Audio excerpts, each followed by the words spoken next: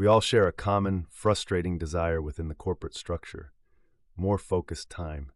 As white-collar professionals, we feel perpetually busy, our days saturated with meetings, emails, and deadlines. Yet the work that truly moves the needle often gets pushed to the margins. The uncomfortable truth is this: most people in the 9-to-5 world don't actually know where their time goes. We operate on feeling, the feeling of being chained to the desk or that I was in meetings all day, rather than fact. This creates a massive time gap between what we think is high-value work and the reality of our fragmented schedules. Think about a typical Monday. How much time did you really spend in proactive, focused work versus reactive tasks like email triage, instant messaging, or impromptu desk drive-bys? The problem isn't a lack of motivation. It's a profound lack of awareness regarding corporate time drains. You cannot gain control of your schedule, delegate effectively, or push back on unnecessary meetings if you don't have objective data. Our core thesis is simple. Tracking reveals patterns that make everything else work. A time audit is the essential first step, the diagnostic before the cure. You must stop guessing and start knowing. The first step is to simply record. So, how do we track our time effectively within the rigid structure of a corporate day?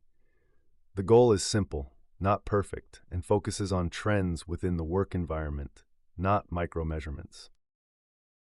We need a complete log for one full work week, Monday to Friday, plus the occasional evening weekend work if applicable, to capture the full scope of your professional week.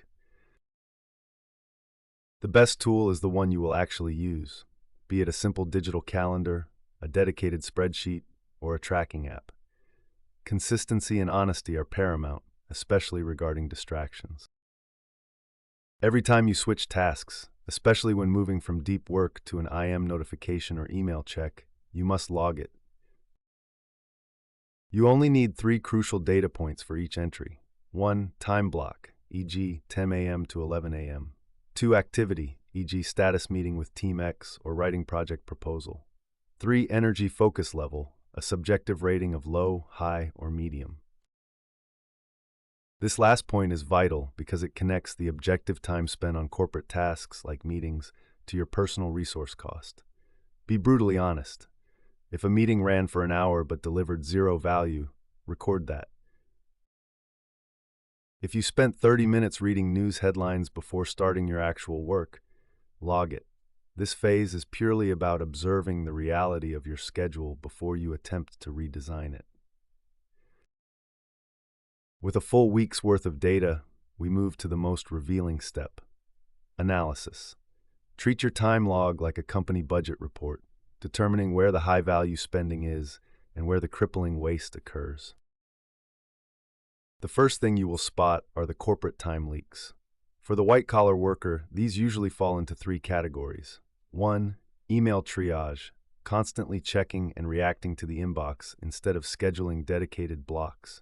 2. Context switching, the time lost, sometimes 20 minutes, jumping between unrelated projects due to interruptions. 3. Low-value meetings, attending meetings where you had no decision-making role or necessary input. Look at your log next to the energy focus level. You'll likely see that whenever you were multitasking, monitoring email while in a meeting, for instance, the activity block took longer and your energy rating was low. Multitasking is the illusion of productivity. It is merely chronic distraction. Now, identify your high-leverage activities. These are the tasks that moved your goals forward, directly impacting your projects or career, and where your focus rating was high. Circle these in green. This is your gold, the 20% of effort that is likely driving 80% of your career results. The audit is not just about finding the waste. It's about clearly defining and protecting your high-value work from the corporate noise. The time audit reveals deeper truths than just simple task inefficiency. It reveals fundamental truths about your personal productivity workflow. We now move into pattern recognition. First, analyze the biological peak times. Look closely at when your high-focus energy markers occurred. Are you a morning person best suited for complex report writing at 8 a.m., or does your brain truly kick into gear after lunch? The corporate world often forces a one-size-fits-all schedule, but your data shows your unique rhythm. You can stop fighting this biology and start working with it.